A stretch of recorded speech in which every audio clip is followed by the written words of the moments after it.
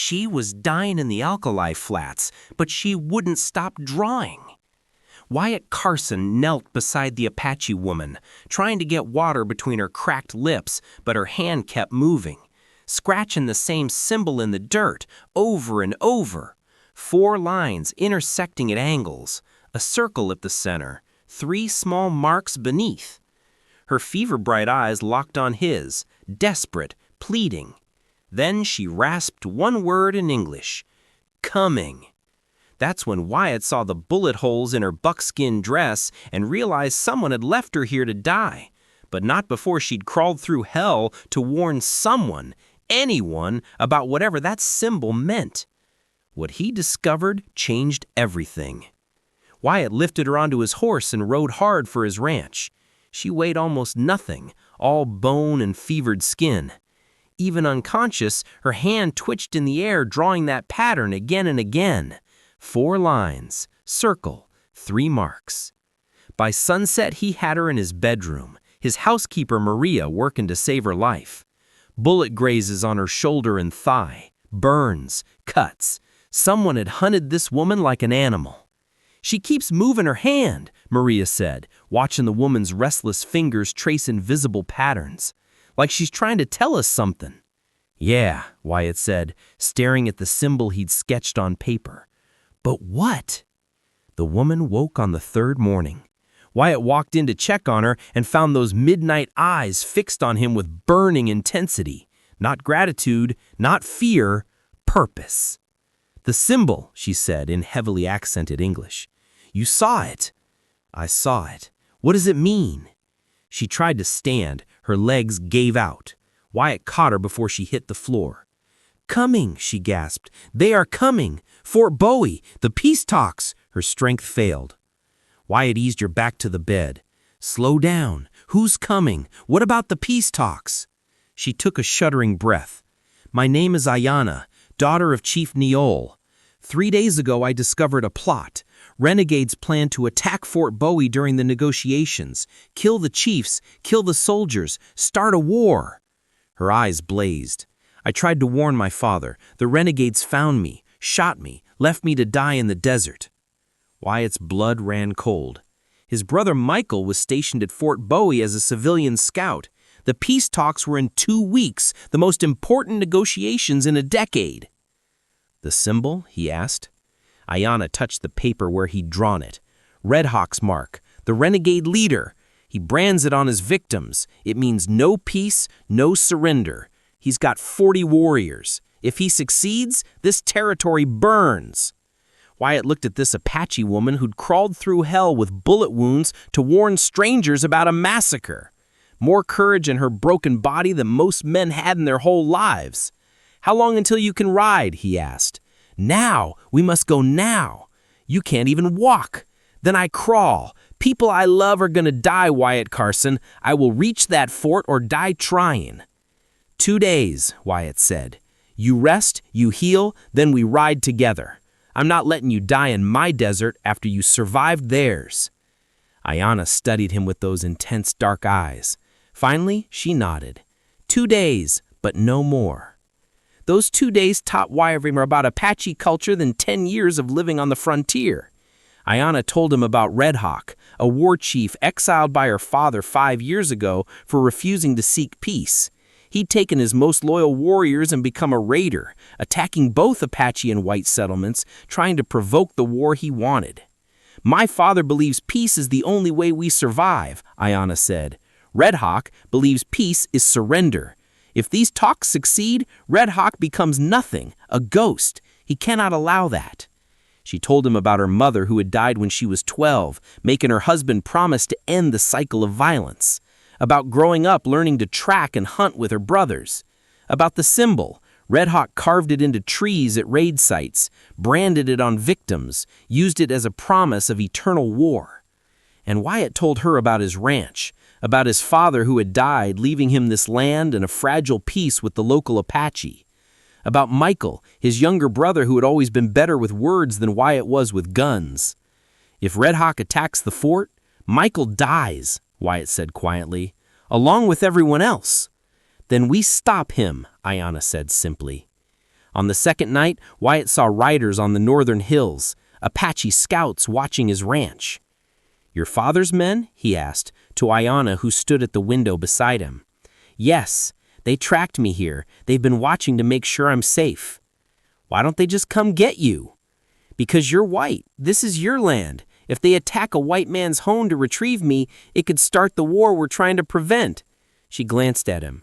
"They're also making sure you don't hurt me. If you did, they would kill you. Slowly." Wyatt laughed in spite of himself. "Good to know." But Ayanna's face turned serious. "Red Hawk knows I escaped. He'll expect soldiers to come looking for him. We need to leave at dawn.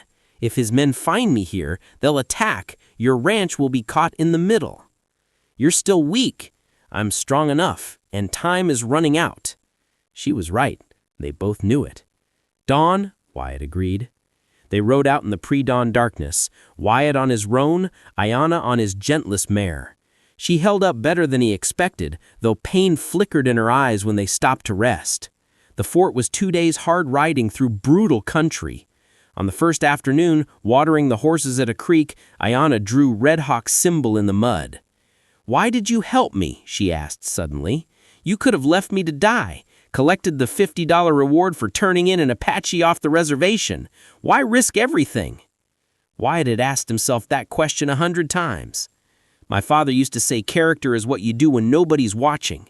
You were dying. Didn't matter if you were Apache, Mexican, or Chinese. Leaving you there wasn't an option." Your father was wise. He tried, and he taught me that the right choice and the easy choice are usually different things. Wyatt looked at her. "You crawled through the desert with bullet wounds to save people who've been at war with your people for decades. That's not easy, but it's right." Something passed between them then. Understanding, respect. Maybe something deeper that neither was ready to name. They rode on. That night, camped in a rocky canyon, Ayanna stared into the fire. "My mother made my father promise to seek peace," she said. "War was easy. Any fool can fight. But it takes a true warrior to make peace. That's why my father agreed to these talks, even though many call him coward, traitor." Her eyes found Wyatt's. "Your father wanted peace too. Maybe they understood something we're still learning." Maybe they did. Ayanna traced the symbol in the dirt. "If Red Hawk wins, my people die fighting a war we can't win. The army will hunt us to extinction. Everything my mother wanted, everything my father has worked for, gone, drowned in blood. Then we make sure he doesn't win." "You would die for people you don't know? For peace between our peoples?" "I'd die to stop a massacre. And yeah, I'd die for peace. But I'd rather live for it." Wyatt poked the fire. "Your mother was right. Takes more courage to build than destroy. We're going to stop Red Hawk. We're going to save those talks. And maybe, just maybe, we'll prove peace is possible." Ayanna smiled, small but genuine. "I think I understand why my father's scouts haven't killed you yet." High praise. The highest. They reached Fort Bowie late the next day, riding through the gate as the sun touched the mountains. Wyatt barely dismounted before his brother Michael came running. "Wyatt, what are you—" Michael stopped dead, staring at Ayanna. "That's Chief Niall's daughter. She has information about an attack on the peace talks. We need the colonel now." Within minutes, they stood in Colonel Harrison's office. Ayanna laid it out. Red Hawk's plan, the 40 warriors, the attack during negotiations designed to start a war neither side wanted. She drew the symbol on Harrison's map, showed them where the renegades were hiding in the sacred caves 30 miles north. "You expect us to believe this?" Major Carlson sneered. "An Apache woman shows up with a convenient story about an attack? This could be a trap." "She was shot trying to get this information out. I found her dying in the desert. She's risking her life to warn you." Michael stepped forward. "Red Hawk's real. His reputation is. If anyone would try something like this, it's him. And Chief Niall has been our most reliable contact. His daughter coming here, like this, carries weight." Colonel Harrison studied the map.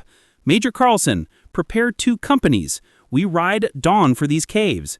But Wyatt's instinct screamed wrong. That night, Wyatt found Ayanna on the ramparts staring at the dark mountains. "It's too easy," she said before he could speak. "Red Hawk knows I escaped. He knows I'd warned someone. He'll expect soldiers. You think it's a trap? I think Red Hawk has been planning this for years. He'll have contingencies." Her eyes widened. "The reservation.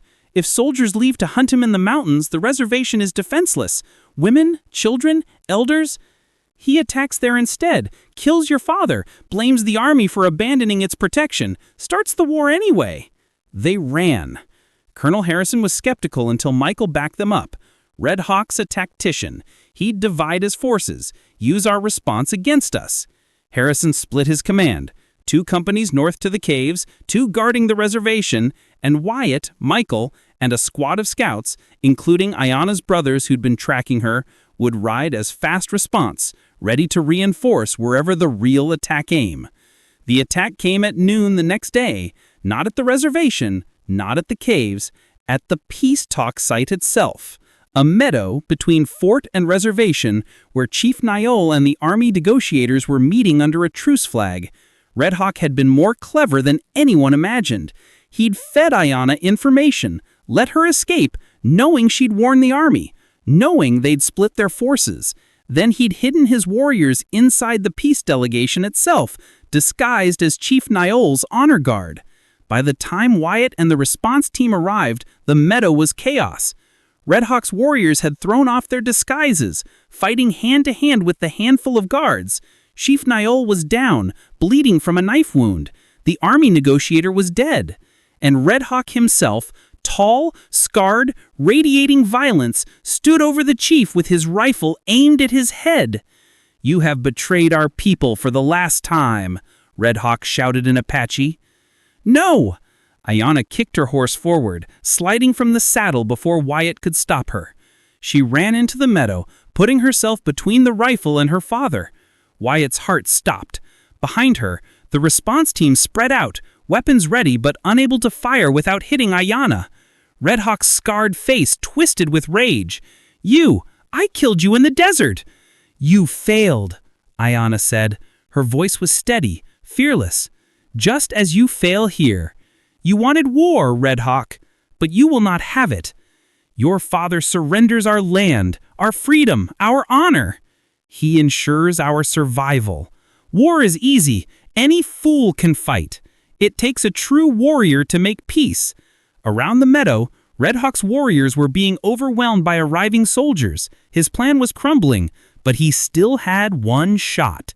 "Then let peace die with you," Red Hawk snarled, winging the rifle toward Ayanna.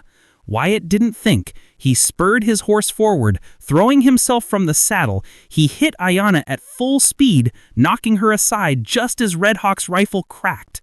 The bullet meant for Ayanna's heart tore through Wyatt's shoulder instead. He went down hard, Ayanna falling with him, and the world exploded into gunfire. Michael and the scouts opened up. Red Hawk's warriors fell, and Red Hawk himself, realizing everything was lost, tried to run. Ayanna's brothers cut him down before he made 10 feet. Wyatt woke 2 days later in the fort hospital, his shoulder wrapped and aching like hell. The first thing he saw was Ayanna's face, those midnight eyes looking down at him with an expression that made his chest tight. "You are awake," she said softly. "Seems that way. Did we win?" "Yes. Red Hawk is dead. His warriors captured or dead. My father survived. The peace talks will continue." She paused. "You saved my life. Again. Couldn't let you get shot after all that riding. Wyatt Carson." She said his name like it meant something. "You found me in the desert. You believed me when no one else would. You rode into danger for strangers, and you took a bullet meant for me. Why?" Wyatt looked at her, this Apache woman who'd drawn a symbol in the dirt while dying, who'd crawled through hell to save both their peoples, who'd stood fearless in front of a rifle to protect what she believed in. "Because some things are worth the risk," he said. "Peace is one, and you're another." Ayana's eyes filled with tears. She leaned down and kissed him, soft and gentle, a kiss that tasted of smoke and hope and futures that might actually be possible now. When she pulled back, she was smiling. "My father wishes to speak with you when you are healed." "Should I be worried?" "He wants to thank the man who saved his daughter twice and discuss your ranch, which apparently sits on land promised to my people in old treaties." Wyatt groaned. "Seriously?" "He also said any man brave enough or stupid enough to jump in front of a bullet for an Apache woman is someone he can trust." He took his hand. "Perhaps you are a fool worth keeping, Wyatt Carson." "Is that a proposal?" "It is a possibility. Peace between our peoples must start somewhere. Perhaps it starts with us. Perhaps we show both our peoples that the old hatreds do not have to define the future." Through the window, Wyatt could see the sun setting over the mountains, painting the sky red and gold. Out there, his ranch waited. His life waited. But it all felt different now, expanded to include things he'd never imagined. An Apache woman who drew symbols in the dirt, a peace worth fighting for, a future worth building. "I like that possibility," Wyatt said. Ayana kissed him again, and outside the desert wind blew across land where two peoples might finally learn to live in peace. The peace talks succeeded 3 weeks later. Chief Neal and Colonel Harrison signed a treaty establishing clear boundaries and mutual respect. It wasn't perfect, treaties never are, but it was a start. Wyatt Carson married Ayana 6 months later in a ceremony blending Apache traditions with frontier customs. They built a life on the ranch where he'd first brought her to heel, raising horses and children and bridges between cultures that had spent too long at war.